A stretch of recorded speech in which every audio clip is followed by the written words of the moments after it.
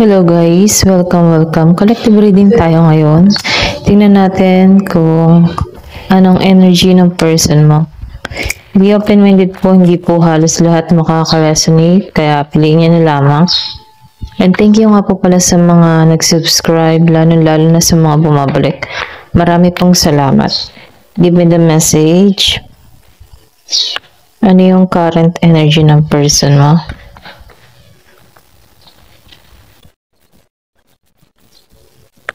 Give me the message. Ano yung current energy ng person mo?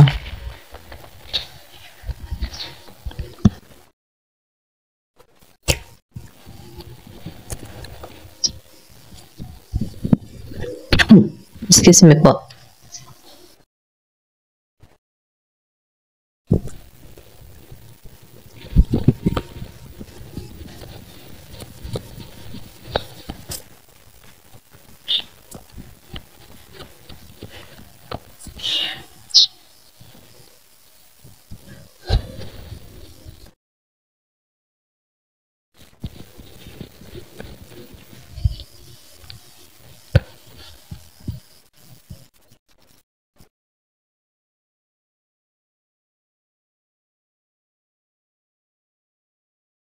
Nakikita ko dito meron dito na nagkaroon ng conflict, okay, away. Meron ditong hindi nakakatulog, nasasaktan, nahihirapan sa sitwasyon. Meron ditong hindi pinagtutuunan, okay, dinedinma. Dahil sa away na nangyayari dito, meron ditong gulo. Akong nakikita. Meron ditong umalis. Nakikita ko rin dito, yung iba sa inyo, grounded ka sa tao mo, okay? Yung ba tipo na inilisan mo to, or pwede rin sabihin kung ikaw yung may kasalanan dito, inilisan ka neto, no? At itong tao na to, nakikitaan ko dito, umalis to, pero nililingon ka pa rin nito. Yung bang umalis siya dito pero nakalingon pa rin siya dito. Kumbaga tinitingnan nito kung ano yung kasunod mong gagawing hakbang sa kanya, okay? Kumbaga alam mo yung tipong nagsisenti. Kumbaga nagtatampo. Tinitingnan nito kung hahabulin mo ba siya, susuyuin mo ba siya, mga ganun, okay? Kasi nakalingon pa rin to sa'yo eh. Ito lang yung nakikita ko, no? Umalis siya, masama ang loob. Pero nakalingon pa rin siya. Okay, nag-iintay.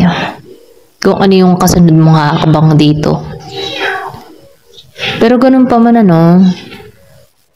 kahit nag-iintay siya dito, or nililingon ka pa rin ng tao na to, meron tong ginagawa sa kanyang sarili, okay? May pagbabago. So, nakikita ko rin dito, na nagbabago tanong mindset. Kumaga, kasi may paggising akong nakikita eh. Pwede rin sabihin na nataubuhan, naliwanagan, andun pa rin yung emotion ng tao na to. Okay? Ito na yung nakikita ko. Give me the message.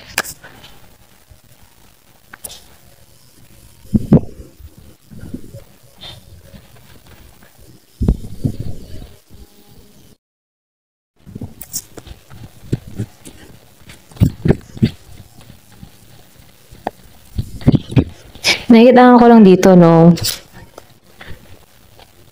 meron ka lang tao dito naghihinanakit, nagtatampo, may sama ng loob, ganun. Kumbaga, kung ikaw yung may atraso dito, ito yung nararamdaman ng tao mo. Kumbaga, may pagtatampo, may hinanakit, masama ang loob. Kaya itong tao nito, nagbabago siya ng mindset eh. Kumbaga, yung tipo na bahala ka dyan. Ganon. Ganon yung energy niya.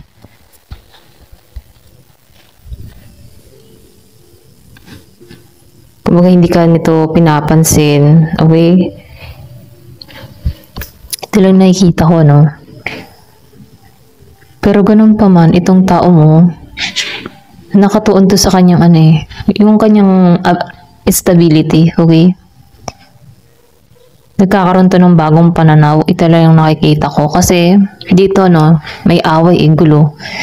Kumbaga, hindi ka nito pinagtutuunan ng pansin, bahala ka dyan kasi mahirap na Kumbaga, nasasaktan din siya dito Kaya mas pinipili na lang nito na ibahin yung kanyang mindset, yung pananaw niya sa buhay. Hindi to nakakilos sa'yo dito, okay? Ayaw nito na siya yung mangunguna. Pero nililingon ka pa nito. Kumbaga yung tipo na grounded siya, yung sinabi ko nga kanina, grounded siya dito, pero nag-iintay pa rin. Alam mo alam mo yung tipo ng ganun. Masama ang loob, pero nag-iintay pa rin kung anong gagawin mong hakbang. Kaya hindi to nakilos dito sa'yo. Mabagal siya dito. Handa to, okay? Handa siya dito sa 7 of Wands.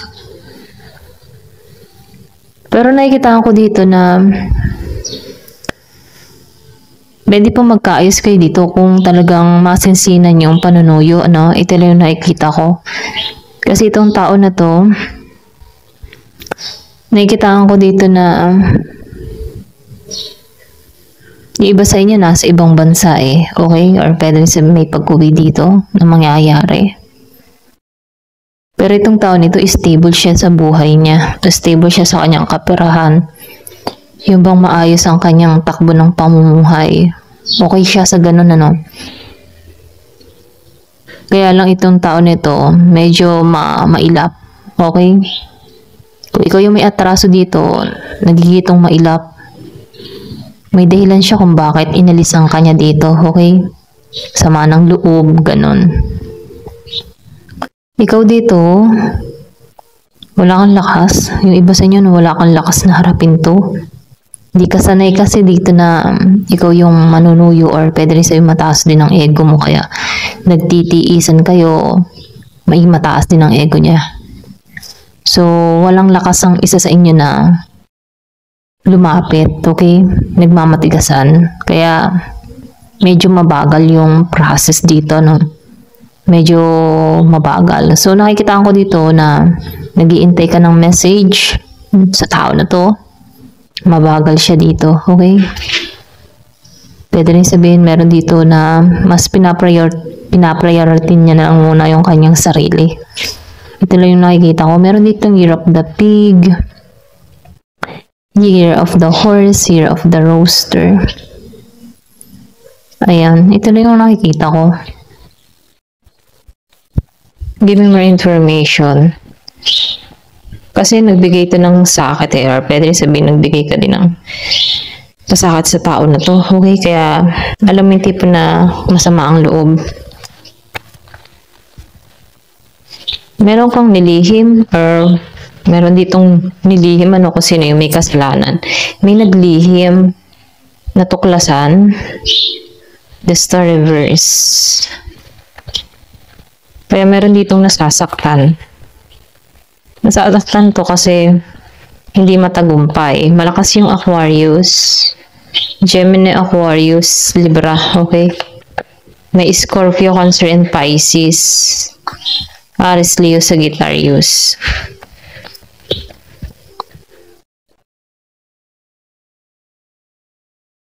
So, nakikitaan ko dito, Yung iba naman sa inyo, excuse me kaya hindi nagko-contact sa iyo yung tao mo. Meron na tong pinupukawan ng atensyon. Meron na tong bago. Yung iba, meron nagpapasaya na dito. Kung saan, na-entertain niya tong tao na to, nabibigyan siya ng kasiyahan, pwede rin sabihin na binibigyan siya ng atensyon, okay? Kaya hindi ka kinokontak nito. Yung iba hindi halos lahat. Ito lang yung nakikita ko kasi 2 tao narito. Kumbaga masaya siya sa pwedeng may kinakasama na rin to kaya hindi ka pinagtutuunan ng pansin, Ayan. So nakikitaan ko dito, alam mo yung tipo na itong tao kasing ito, nahihirapan din to sa, pwede rin sabihin ano, na nung nagsasama kayo medyo gipit, okay?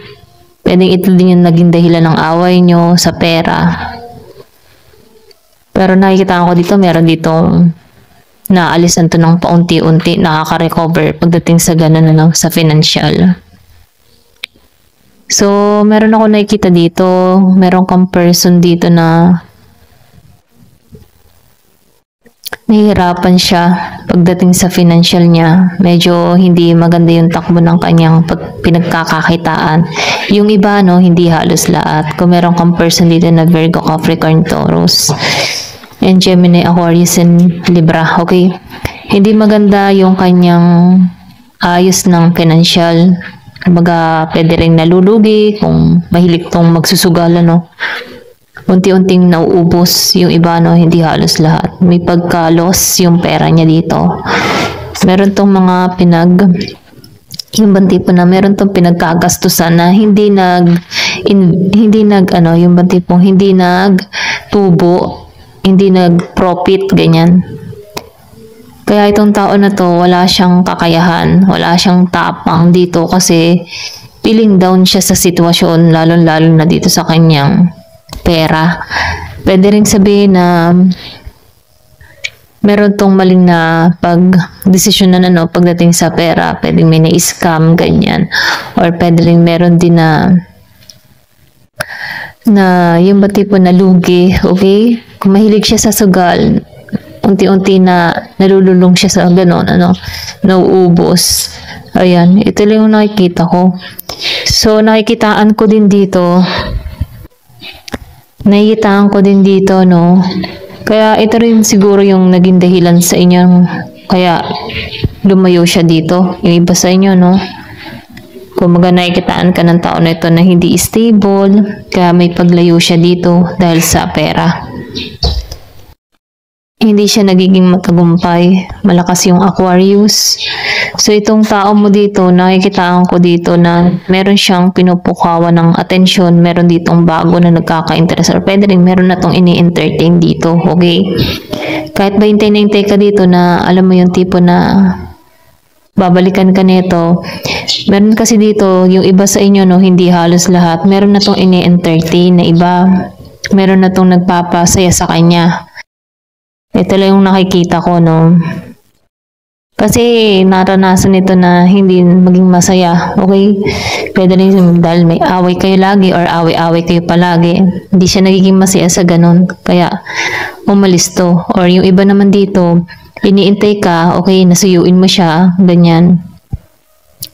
Ito lang yung nakikita ko. Kasi ginising may pangwasak na ginawa dito, no, para matauhan ng isa sa inyo. Ayan, ito lang yung nakikita ko. So, piliin nyo na lamang, ano. Yan, tingnan natin dito sa card na to. Kung ano pa yung mensahe.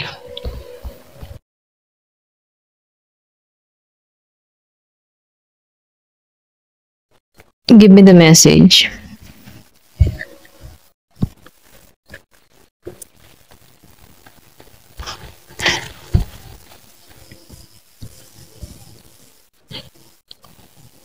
So, yung iba naman sa inyo, meron kang kadiling dito na twin flame.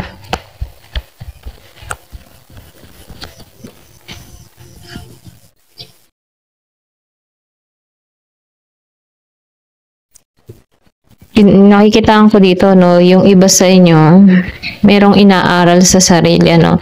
Kumbaga, tinatama niya lahat ng mga pagkakamali niya sa kanyang, or tinatama niya yung mga pagkakamali niyang ginawa, okay? Meron siyang inaayos sa sarili niya para maging siyang matuwid dito. Yung iba sa inyo, yung baga, pinapahalagahan na yung sarili, nag-heal, kumbaga, pinag-aaralan niya ma-appreciate yung kanyang sarili. Ganon, ano. So, meron din ako nakikita ditong twin flame, yin and yang, and balance. Yung iba sa inyo, meron kang mga kadiling, or meron kang kadiling dito na twin flame. Kailangan lang ng oras sa connection na to, no, para maghilom, para matapos na yung cycle, yung mga masasakit na nangyayari. Kumbaga, kung kayo talaga para sa isa't isa, magaganap to. So, nakikitaan ko dito, yung iba sa inyo, mamimit yung twin flame niya. And then, yung iba naman, ramdam mo sa tao mo, karmic mo siya, okay? Karmic, nasa karmic relationship. Kumbaga, na-trigger ka dito, nagkaroon kayo ng pangunawa, okay? Dito sa nangyaring ito. So, nakikitaan ko rito na intense tong connection na to, no? Ang daming nangyari, ang daming struggle na naranasan. So, nakikitaan ko dito, tinuruan ka ditong i-let go tong hindi na nakakabuti, okay? Ito lang nafe-feel ko. So, nakikitaan ko rin dito, maniwala't manalig ka kasi meron pa rin pag-ibig na parating, ano? So, meron ditong sorpresa na darating sa buhay mo, meron ditong mag-invite sa'yo, okay? So, meron ditong parating na magmamahal, okay? Ito lang yung nakikita ko. Pwede rin sabihin na itong karmic mo, matauhan, maayos niya yung sarili niya dito. No? Pwede rin sabihin may pagbabago mangyari dito sa nangyari sa inyo na nagkaroon ng pangunawa. So, nakikita ko dito, meron pa rin ditong pagkikitang muli. Okay? So, piliin nyo na lamang yung part nyo. Okay? Ito lang yung nakikita ko. Thank you for watching. Love and peace.